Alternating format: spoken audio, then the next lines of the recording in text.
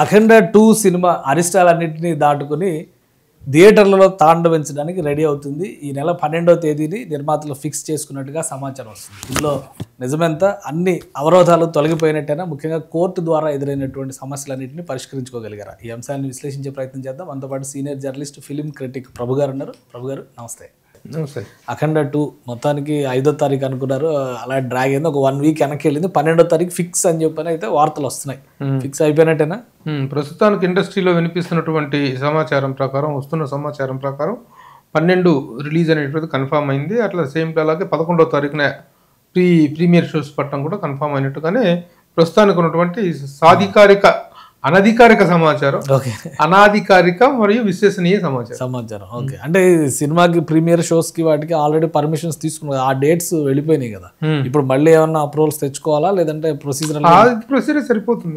ఒకవేళ తెచ్చుకుంటారు, పెద్ద టెక్నికల్ ఇష్యూ కదా, అది పెద్ద మ్యాటర్. చాలా పెద్ద సమస్య అనుకోకుండా వచ్చి నెత్తిన పడినట్టుగా అందరూ ఫీల్ అయ్యారు. సో ఎక్కడ పరిష్కారం అయింది ఇది, ఎలా పరిష్కారం అయింది? అనుకోకుండా వచ్చి పడ్డ సమస్య. నిజంగా ఈ స్థాయి సినిమాకి ఇలాంటి ఒక పరిస్థితి ఎదుర్కోవటం అనేటువంటిది ఎవరూ ఊహించలేదు. ఎందుకంటే ఏ చిన్న చిన్నవి ఉన్నా సరే ఆ రోజుకి సరిపుచ్చుకొని ఎన్నో సినిమాలకి ల్యాబుల దగ్గర పంచాయతీలు జరుగుతూ ఉంటాయి, రిలీజ్ రోజున రకరకాల పంచాయతీలు జరుగుతూ ఉంటాయి. కానీ ఈ విధంగా ఒక ప్రతిష్టంభన ఏర్పడి రిలీజే ఆగిపోయే పరిస్థితి అనేటువంటిది ఈ స్థాయి సినిమాకి ఎప్పుడు జరగలేదు. కానీ ఇప్పుడు జరిగింది. ఏది ఏమైనా మొత్తానికి కథ సుఖాంతం అవటం మాత్రం ఆహ్వానించదగ్గ పరిణామంగా మనం చెప్పుకోవాలి. ముఖ్యంగా బాలకృష్ణ ఫ్యాన్స్ చాలా చాలా నిరాశకు గురయ్యారు. వాళ్ళకి మళ్ళీ ఒక ఆశ చిగురించినట్టుగా మనం చెప్పుకోవచ్చు. అంటే సమస్య ఇప్పుడు 28 కోట్లు బకాయిలు ఈరోస్ కంపెనీ కానీ, తర్వాత లేదు 100 కోట్ల పైనే ఉన్నాయని చాలా అంశాలు వచ్చినాయి. ఏంది పరిష్కారం అయింది ఇప్పుడు? అంటే ఈ రోజు వాళ్ళు కోర్టులో కేసు వేయటం అనేటువంటిదే మెయిన్ జరిగింది. అయితే ఈ రోజు వాళ్ళు అక్కడ చెన్నైలో కోర్టులో వేశారు. యాక్చువల్గా ఏం జరుగుతుందంటే, మామూలుగా ఇంతకు ముందు అయితే సినిమాలకి ప్రింట్లు ఉండేవి. ఆ ప్రింట్లు ల్యాబుల దగ్గర ఉండేది. ఆ ల్యాబుల దగ్గర నుంచి ఏ ఊరికి వెళ్ళే ప్రింట్లు ఆ ఊరికి వెళ్ళిపోతూ ఉంటాయి. అదొక తిరణాలాగా జరుగుతుండేది ఆ రోజుల్లో ల్యాబుల దగ్గర. ఇప్పుడేంటి, రిలీజింగ్ ఆర్డర్ అనేటువంటిది క్యూబ్లు, ఈఎఫ్ఓ వంటి వీటికి ఉంటాయి. యాక్చువల్గా కోర్టు ఆర్డర్ అనేటువంటిది వాళ్ళకి వెళ్ళాలి, నాట్ టు ద ప్రొడ్యూసర్. దీని మీద డిస్ట్రిబ్యూటర్స్, ఎగ్జిబ్యూటర్స్ ఇమీడియట్ గా ఇంజక్షన్ ఆర్డర్ తెచ్చుకునే అవకాశం ఉంది. కాకపోతే జరిగిన పెల్మెల్లో ఎవరెవరు ఎలా రియాక్ట్ అవ్వాలో అర్థం కాని పరిస్థితి ఏర్పడటం వల్ల ఈ ప్రతిష్టంభన ఏర్పడింది. యాక్చువల్గా ఇమీడియట్ వార్ ఫూట్లో కనుక రియాక్ట్ అయినట్లయితే, ఇక లాయర్ని అపాయింట్ చేసుకొని ఇమీడియట్గా చర్యలు తీసుకున్నట్లయితే దెర్ ఈస్ ఎ పాసిబిలిటీ. వీళ్ళెవరు కాదు, ప్రొడ్యూసర్స్ ఏం చేయని అవసరం లేదు. డిస్ట్రిబ్యూటర్స్, ఎగ్జిబ్యూటర్స్ అసలు సంబంధం లేని వ్యక్తులు వచ్చేసి మా సినిమా మీద స్టే చేస్తున్నట్టుగా ఉంది, మాకు ఇంజక్షన్ ఆర్డర్ ఇవ్వండి అని చెప్పి కోర్టును న్యాయస్థానాన్ని ఆశ్రయించి చేసుకోవచ్చు. కానీ ఈ పెల్మెల్లో అదేమో సాధ్యపడలేదు. ఎవరేం మాట్లాడుతున్నారో, అసలు ఏం జరిగిందో, ఎక్కడ అసలు ఇబ్బంది వచ్చింది అనేటువంటిది అర్థం కాని పరిస్థితుల్లో నిర్మాతలు కూడాను కంగారులో ఉన్నారు. వాళ్ళు ఏమయ్యారో, అసలు ఎట్లాంటి పరిస్థితుల్లో ఉన్నారు అర్థం కాని పరిస్థితుల కారణంగా ఏర్పడిన ప్రతిష్టంభన ఇది. కానీ పరిష్కారంలో ఇప్పుడు ఈ ఫైనాన్షియల్ సెటిల్మెంట్ అనేది అయిపోయిందా, క్లోజ్ అయిపోయిందా, లేదా ఇంకా? ఆల్మోస్ట్ ఆల్ అయిపోయినట్టే. మెయిన్ గా ఈ రోజు వాళ్ళకి ఇవ్వాల్సినటువంటిది 28 కోట్ల రూపాయలు అనేటువంటిది. వాళ్ళు మాకు 28 కోట్లకు గాను 26 లక్షలు వడ్డీ అయింది. ఆ 26 లక్షలు మాకు అవసరం లేదు, 28 కోట్లు మా అసలు మాకు ఇచ్చేసి సెటిల్ చేసుకోవడం అని చేసినట్టు విషయం వాళ్ళు చేస్తే, దానికి హీరో బాలకృష్ణ గారు ఆయన చాలా అడ్డం పడి ఆ సమస్యను పరిష్కరించారు. ఆయన పే చేశారా, లేకపోతే ఆయన పలువుడు ఉపయోగించారా, ఎలా చేశారో ఏం జరిగిందని తెలియదు. కానీ ఈ రోజు అనేటువంటి గండాన్ని మాత్రం హీరో గారి చొరవతో అది కొంతవరకు సాల్వ్ అయింది. ఇక మెయిన్ ప్రాబ్లమ్స్ ఫైనాన్సర్స్. ఈ సినిమాకి పేరు మోసిన 3 ఫైనాన్సర్స్ ఉన్నారు. పేర్లు చెప్పడం అవసరం కానీ 3 ఫైనాన్సర్స్. ఈ 3 ఫైనాన్సర్స్కి సెటిల్ చేయాల్సినటువంటి అవసరం ఉంది. యాక్చువల్గా సినిమా బిజినెస్ బాగా జరిగింది కానీ మరి రకరకాల కారణాల వల్ల చివరిలో బయ్యర్లు, లాస్ట్ డే బయ్యర్లు దాదాపు 12.5 కోట్లు కట్టాల్సిన వాళ్ళు కట్టలేదు. ఆ కట్టకపోవటం ఒక కారణం. దానివల్ల ఇక వాళ్ళని ఎందుకు కట్టలేదయ్యా అంటే, ఇక ఇది ఒక సామెత చెప్పినట్టుగా మాకు పాత ఉన్నాయి, కొంత ఓవర్ డ్యూస్ ఉన్నాయి, ఆ పాత రాబట్టుకోవటం కోసం మేము తగ్గించి కట్టామనేటువంటిది వాళ్ళ వెర్షన్. ఈ విధంగా ఇవన్నీ రకరకాలుగా ఉన్నాయి. ఇప్పుడు ప్రస్తుతానికి ఫైనాన్సర్స్ అనేటువంటి దగ్గర ఆగిపోయింది. కోర్టులు, న్యాయస్థానం అది అయిపోయింది. ఈ రోజు పార్ట్ అయిపోయింది. ఇప్పుడు ఫైనాన్షియల్స్ పార్ట్ ఉంది, అది జరుగుతున్నాయి. మళ్ళా గులాలు పడుతున్నారు. ఆల్మోస్ట్ ఆల్ ఒక అండర్స్టాండింగ్ రాబట్టే 12వ తారీఖు రిలీజ్ అనేటువంటి విషయం స్పష్టంగా కనిపిస్తుంది. కానీ అధికారికంగా ఎక్కడ ప్రకటించాల, అందుకే అధికారికంగా రావడానికి ఇంకా ఉంది కదా ఇవాళ. సో ఇది సెటిల్మెంట్ అయ్యి ఇంకొక రోజు టైం తీసుకున్నారు, రేపు రావచ్చు అధికారికంగా పత్రికల ప్రకటన 12వ తారీఖు విడుదల అనేటువంటిది రావచ్చు. అసలు ఒక విషయం నాకు అర్థం కాలేదు, ఇది 14 Reels అనేది కంపెనీ, ఇదేమో 14 Reels ప్లస్ అని చెప్పని దాని మీద ప్రమోట్ చేశారు. 14 Reels చేసిన అప్పుకి 14 Reel ప్లస్ అనే కంపెనీ లైబిలిటీగా కోర్టులు ఎలా పెట్టినాయి, ఎంత కాంప్లికేటెడ్గా ఇష్యూ అవడానికి ఏమైనా స్పెసిఫిక్ రీజన్ ఏమైనా ఉందా? స్పెసిఫిక్ రీజన్ అంటే యాక్చువల్గా ఇలాంటివి చాలా సినిమా ఇండస్ట్రీలో చాలా జరుగుతుంటాయి. ఒక కంపెనీకి ఓవర్ డ్యూస్ ఉన్నప్పుడు, పాత అప్పులు ఉన్నప్పుడు కొత్త బ్యానర్ ఒకటి స్టార్ట్ చేసుకుంటారు. ఆ బ్యానర్ కదా ఆ బ్యానర్కి ఆ అప్పులకి మాకు సంబంధం లేదు, ఇది ఈ బ్యానరు, ఇది కొత్త బ్యానరు, దీనికి దానికి సంబంధం లేదనేటువంటిది గతంలో చాలా సినిమాల విషయంలో జరిగినటువంటిదే. అయితే ఏం చేస్తారంటే ఇలా జరిగినప్పుడు ఈ వ్యక్తులు ఎవరు తెర మీద కనిపిస్తారు, తెరచాటు నుండి నడిపిస్తారు, బ్యాక్ ఎండ్ లో నడిపిస్తారు. కానీ ఈ సినిమాలో ఏమైందంటే వీళ్ళు నిర్మాతలు 14 Reels నిర్మాతలు ఏం చేశారంటే వాళ్ళే ప్రెస్ మీట్స్ లో కనిపిస్తాం కానీ పార్టీ ఫంక్షన్స్ లో వీటిల్లో వాళ్ళే నిర్మాతలు అనే విషయాన్ని వాళ్ళే డిక్లేర్ చేసుకోవటం వల్ల ఆ వీడియో క్లిప్పింగ్స్ నే కోర్టులో సబ్మిట్ చేసి వీళ్ళే నిర్మాతలు కాబట్టి they have no way to escape అనేటువంటి పరిస్థితి వచ్చిందనేటువంటిది తెలిసింది. వీళ్ళు తెర వెనుకుండి వాళ్ళ పిల్లల పేర్లో లేదా ఎవరైనా చుట్టాల పేర్లో ఇంకేదో పేర్లో భార్యల పేర్లతో ఎవరి పేరుతోనే పెట్టుకున్నట్లయితే ఈ మిస్టేక్ కూడా మళ్ళీ వాళ్ళదే గోపి ఆచంట వాళ్ళిద్దరు చేసిన మిస్టేక్ వాళ్ళు ఎగ్జిబిట్ కాకూడదు. అసలు ఈ ఇష్యూని ఇంకొక యాంగిల్లో చూస్తే సార్, సినిమా ఆగింది మళ్ళీ వస్తుంది ఇదంతా ఓకే, కానీ ఇలాగ లాస్ట్ మినిట్ బ్లో ఇచ్చినట్టుగా జరిగినటువంటి పరిణామాలపైన టీజీ విశ్వప్రసాద్ గారు ఫిల్మ్ ప్రొడ్యూసర్ ఆయన కూడా కామెంట్ చేశారు, చట్టాలు ఇలా చేస్తే సినిమా ఇండస్ట్రీ అసలు సినిమాలు రిలీజ్ చేయలేదు, ప్రతి ఒక్కరు ఇలాంటి బ్లాక్ మెయిల్ ట్రిక్సే వాడతారు అని చెప్పని అంటున్నారు. సో ఇదొక గుణపాఠం ఆ ఇండస్ట్రీకి, దీని నుంచి ఏం నేర్చుకోవాల్సి? డెఫినెట్ గా గుణపాఠమే, మామూలు గుణపాఠం కాదు ఇది.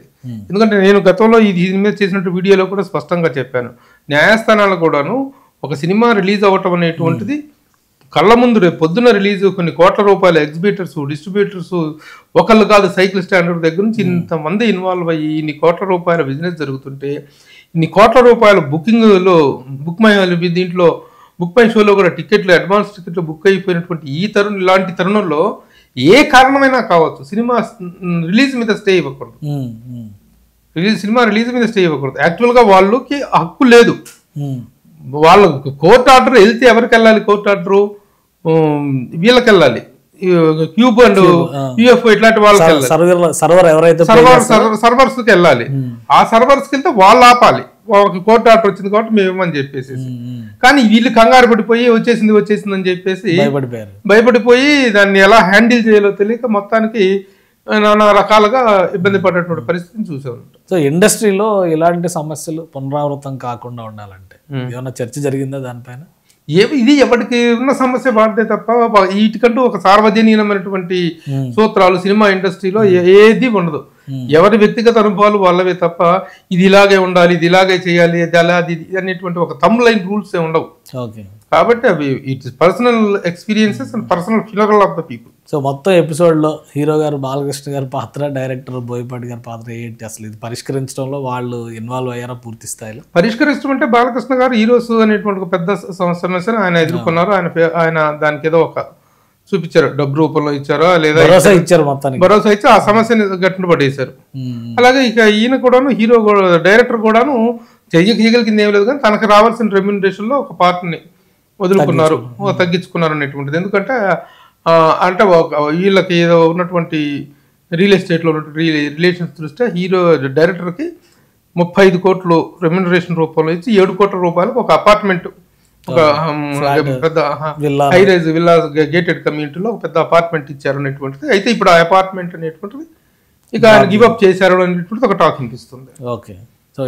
అది హీరో డైరెక్టర్ వైపు, హీరో గారు ఆ విధంగా బాలకృష్ణ గారు ఆ విధంగా ఇన్వాల్వ్ అయ్యారు అనేటువంటి. సో అంటే ఈ ఓవరాల్గా సినిమాకి సంబంధించి ఇంకో ప్రచారం ఏం జరిగిందంటే ఎవరో ఫ్యాన్స్ అడ్డుకున్నారు, రాజకీయ కారణాలు ఉన్నాయి దీని వెనకాల, ఈ పేర్లు కూడా వచ్చినాయి, దిల్ రాజు గారు, చిరంజీవి గారు వీళ్ళంతా కలిసి చేశారు వెనకాల, ఇవన్నీ చెత్త అంతా ప్రచారం. ఏంటి ఇప్పుడు వాటన్నిటికీ ఒక పరిష్కారం వచ్చేసినట్టు ఇలాంటి చెత్త ప్రచారం, ఈ చెత్తలకు సమాధానాలు చెప్పుకోవటం, వాటి గురించి ఎక్స్ప్లెయిన్స్ చెప్పడం కూడా చాలా దారుణం అనమాట. ఎందుకంటే ఎవడో చదువు సంధ్య లేని చోట ఎవడో నేను నా థియేటర్ల దగ్గర ఏదో మాట్లాడుతున్నాడు, వాళ్ళు చేశారు, వీళ్ళు చేశారు, చిరంజీవి గారు, దిల్ రాజు గారు చేశారు అని చెప్పేసి. ఇట్లాంటి సందర్భాల్లోనే ప్రతి ఒక్కరు సంయమనంగా ఉండాల్సిన అవసరం ఉంటుంది. ఏదో చిరంజీవి గారి సినిమాకి ఏదో అయిపోతే బాలకృష్ణ గారు చేసిన, బాలకృష్ణ గారి సినిమాకి ఏదో అయిపోతే చిరంజీవి గారు చేశారు, ఇట్లాంటివి స్థాయికి తగినటువంటి మ్యాటర్లు కాదు డిస్కస్ చేయటానికి. ఓకే, అంతే. అంటే ఇప్పుడు ఎవరి ఇదిలో వాళ్ళు ఉంటే అసలు అట్లా అనుకుంటే దిల్ రాజు ఈ 4 రోజుల నుంచి జరుగుతున్నటువంటి తతంగం అంతా, ఈ పంచాయతీలు, ఈ గొడవలు, ఇవన్నీ మీటింగ్లు ఇవన్నీ కూడా జరుగుతుంది దిల్ రాజు గారి ఆఫీసులో. కాబట్టి అది ఎవరు ఇది ఆ స్థాయి మ్యాటర్ కాదు. ఇది టోటల్గా నిర్మాతల వైఫల్యం. ఓకే, అది మాత్రం షూర్ 100%. వాళ్ళ ప్రాణాలు వాళ్ళకు ఉండొచ్చు, వాళ్ళు వ్యక్తిగతంగా చాలా మంచి వాళ్ళు, చాలా నైస్ జెంటిల్మెన్ పీపుల్ వాళ్ళు. కానీ ఓవర్ ఇది కారణంగా ఇది, ఎందుకంటే పాన్ ఇండియా లెవెల్లో ఇంత పెద్ద ప్రెస్టీజియస్ ప్రాజెక్ట్ చేసుకుంటున్నప్పుడు ఈ నిర్ణయాల విషయంలో అంత సత్వరంగా స్పందించలేకపోవడం అనేటువంటిది వాళ్ళ వైఫల్యం, అంతే. ఓకే, సో ఇంత పెద్ద సినిమా, మరి ఇంత డ్రామా నడిచింది, దీనిపైన ప్రభావం ఏమైనా చూపిస్తుందా సినిమా పైన కానీ, సినిమా ఫీడ్బ్యాక్ పైన కానీ, ఫర్దర్ రిజల్ట్స్ పైన కానీ? చాలా మందికి ఏంటంటే ఇంత నాన్ సెన్స్ అయితే ఆ సినిమా పోయింది అనే ప్రచారాలు కూడా ఎక్కువ ఉంటాయి. అవును. సో ఈ సినిమా పైన అసలు అది ఏమన్నా ప్రభావం చూపిస్తుందా? పైగా ఓవర్సీస్ మార్కెట్ కూడా చాలా పెద్ద ఎత్తున ఈసారి టార్గెట్. ఇప్పుడు ఎందుకంటే సినిమాలకు ఎప్పుడైనా అవరోధాలు వచ్చిన తర్వాత రిలీజ్ అయితే అవి సూపర్ డూపర్ హిట్ అయిన సందర్భాలే మనం చాలా చూసాం. ఇది ఆనాటి లవకుశ మొదలుకున్నా, ఆనాటి మొగలయాజం గురించి చూసుకున్నా, ఆనాటి షోలే గురించి చూసుకున్నా, ఆ తర్వాత తెలుగులో కూడా ఎన్నెన్నో నిర్మాణ పరంగా డిలే అయినటువంటి సినిమాలు, అవరోధాలను ఎదుర్కొని రిలీజ్ అయిన సినిమాలు సూపర్ డూపర్ హిట్లు అయిపోయినాయి. ఎవరిదో ఎందుకు కరుణామయుడు, విజయ్ చంద్ర గారి కరుణామయుడు సినిమా చూసుకుంటే ఆయన ప్యాకాట్ ఆడిన డబ్బులతో సినిమా ఫినిష్ చేశారు. మొత్తం అయిపోయి ఏం చేయాలో అర్థం కాక ఫైనాన్స్ మొత్తం ఆగిపోయి సినిమా నిర్మాణం ఆగిపోయింది. అలాంటి సమయంలో ఆంధ్రా క్లబ్లో కూర్చొని కాసేపు సరదాగా ఆడుకుందాం అని చెప్పేసి, పిర్రబాలేదని చెప్పేసి వెళ్ళి ఆడుకోవడానికి కూర్చుంటే 15 లక్షల రూపాయలు సంపాదించాడు. వారం రోజులు కదలకుండా కూర్చొని ప్యాక్ కట్టాడు. ఆ డబ్బులతో కరుణామయుడు సినిమా పూర్తి చేశాడు ఆయన. ఆ సినిమా ఎంత సూపర్ డూపర్ హిట్ అయిందో మనకు తెలుసు. కాబట్టి అవరోధాలు అనేటువంటి సినిమా కంటెంట్ మాత్రమే సినిమా యొక్క రిజల్ట్ అని జడ్జి చేస్తుంది తప్ప ఈ అవరోధాలు అనేటువంటి కాక ఇంకా ఈ జరిగిన దానివల్ల ఇంకా క్రేజ్ పెరిగింది. అఖండ మీద అవైటింగ్ అనేటువంటిది పెరిగింది. అది సినిమాకు ప్లస్ అవుతుంది. క్రేజ్ ఏమాత్రం తగ్గలేదు. సినిమా రన్నుని ప్రభావితం చేసేటువంటి పరిస్థితి. కాకపోతే బిగినింగ్ లో ది ఎగ్జిబిటర్స్ కొంతమేరకు డిస్టర్బ్ అయినటువంటి మాట వాస్తవం. మరి వారం రోజుల పాటు థియేటర్స్ హోల్డ్ చేసుకుంటూ వేరే కొత్త సినిమా ఉండదు, ఏం చేయాలో తెలియదు. అలాంటి పరిస్థితుల్లో డిస్ట్రిబ్యూటర్స్ కొంత డిస్టర్బ్ అయినటువంటి మాట. ఎగ్జిబిటర్స్ డిస్ట్రిబ్యూటర్స్ అంటే మల్టీప్లెక్స్ లో కొన్ని ఈ షోలు పెంచుకొని ఆ షోలు వేసుకోవడానికి ఆప్షన్ ఉంటుంది. సింగిల్ థియేటర్ లో చాలా పెద్ద చాలా ఇది ఉంటుంది. అది మాత్రం కొంత వాళ్ళని ఇబ్బంది పెట్టినట్టు. కానీ సినిమా రన్, సినిమా పట్ల ఉన్న క్రేజ్ మాత్రం ఏమాత్రం తగ్గలేదు. సో ఇప్పటికైతే 12వ తారీఖు ఫిక్స్ చేసుకోమంటారు మీరు కూడా? 12 ఫిక్స్ చేసుకోండి. Right, lock it. ఎందుకంటే let us hope the best. అంటే కొంతమంది ఓవర్సీస్ లో కూడా 24, 25 రిలీజ్ చేస్తే బాగుంటది, ఈ రెండు ఇవన్నీ వస్తుంది, ఇట్లాంటి ప్రచారాలు కూడా జరిగినాయి. అది జరగదు. ఎందుకంటే 19వ తారీఖున అవతార్ ఉంది. ఓకే, వరల్డ్ వైడ్ గా థియేటర్లు అన్ని ఓవర్సీస్ లో థియేటర్స్ దొరకవు. ఓవర్సీస్ లో థియేటర్స్ దొరకవు. అదే కాకుండా అవతార్ ఇండియాలో కూడా చాలా భారీ స్థాయిలో రిలీజ్ అవుతుంది. అదే కాకుండా ఆ రోజున రిలీజ్ అయ్యేటువంటి మన తెలుగు సినిమాలు ఉన్నాయి, ఆల్ ఇండియా పాన్ ఇండియా సినిమాలు కూడా ఉన్నాయి. కాబట్టి దట్ వాజ్ నాట్, ఎందుకంటే క్రిస్మస్ సీజన్ ప్రతి ఒక్కరు అడ్వాంటేజ్ తీసుకుంటారు. కాబట్టి 12వ తారీఖు వెళ్ళడం అనేటువంటి అన్ని విధాలు కరెక్ట్. 12 తర్వాత వెళ్తే 19కి వెళ్ళాలి, 18, 19లోకి వెళ్ళాలి. 18, 19లో ఈ సినిమా అవతార్ ఉంది. కాబట్టి impossible to get theatres. This is the right decision. ఇది తప్పిందంటే ఇంకా తర్వాత మళ్ళీ సీజన్ దొరకటం అనేటువంటిది చాలా కష్టం. మళ్ళీ సంక్రాంతి వరకు వెయిట్ చేయాలి. సంక్రాంతి దాటిపోయిన తర్వాత మళ్ళీ కలిసి చూసుకుంటే ఫిబ్రవరి ఫస్ట్ వీక్ లో ఎగ్జామ్స్ ఆ గొడవలు ఉంటాయి. తర్వాత క్రికెట్ ఉంటుంది, రకరకాల ఉన్నాయి. కాబట్టి 12th is the apt time, right time. దీంట్లో ఏదైనా తేడా వస్తే మాత్రం రాకూడదని కోరుకుందాం. రైట్, ఈ దెబ్బకి మీరు చెప్పిన దాన్ని వింటే కనుక నేను లాస్ట్ వీడియోలో కూడా నేను చెప్పడం జరిగింది. లాస్ట్ వీడియోలో కూడా ఏమన్నానంటే, ఈ హడావుడ్లో ఇవాళ రేపు అనేటువంటి హడావుడ్లో కాకుండా ఒక బ్రీతింగ్ గ్యాప్ తీసుకొని 1 వీక్లో వస్తే గొప్ప రిజల్ట్ ఉంటుంది, ఎక్స్పెక్టెడ్ ఆ రిజల్టే ఉంటుంది అనేటువంటిది మనం అనుకున్నటువంటి అదే నిజం కాబోతుంది. థ్యాంక్ యూ ప్రభు గారు విశ్లేషణ అందించినందుకు. ఇది అఖండ 2 సినిమాకి సంబంధించి 12వ తారీఖు డేట్ ఫిక్స్ అనేటువంటి ఇన్ఫర్మేషన్ దాదాపుగా కన్ఫర్మ్డ్గా వస్తుందని చెప్పని ప్రభు గారు చెప్తున్నారు. ఇక సినిమాకి సంబంధించి ఎదురైనటువంటి అరిష్టాలన్నిటితో దిష్టిపోయింది. ఇది ఖచ్చితంగా సక్సెస్ మార్క్ను కొడుతుంది థియేటర్స్లో అని చెప్పని ప్రభు గారు ఘంటాపదంగా చెప్తున్నారు. ఇది స్పెషల్ డిస్కషన్. Keep watching.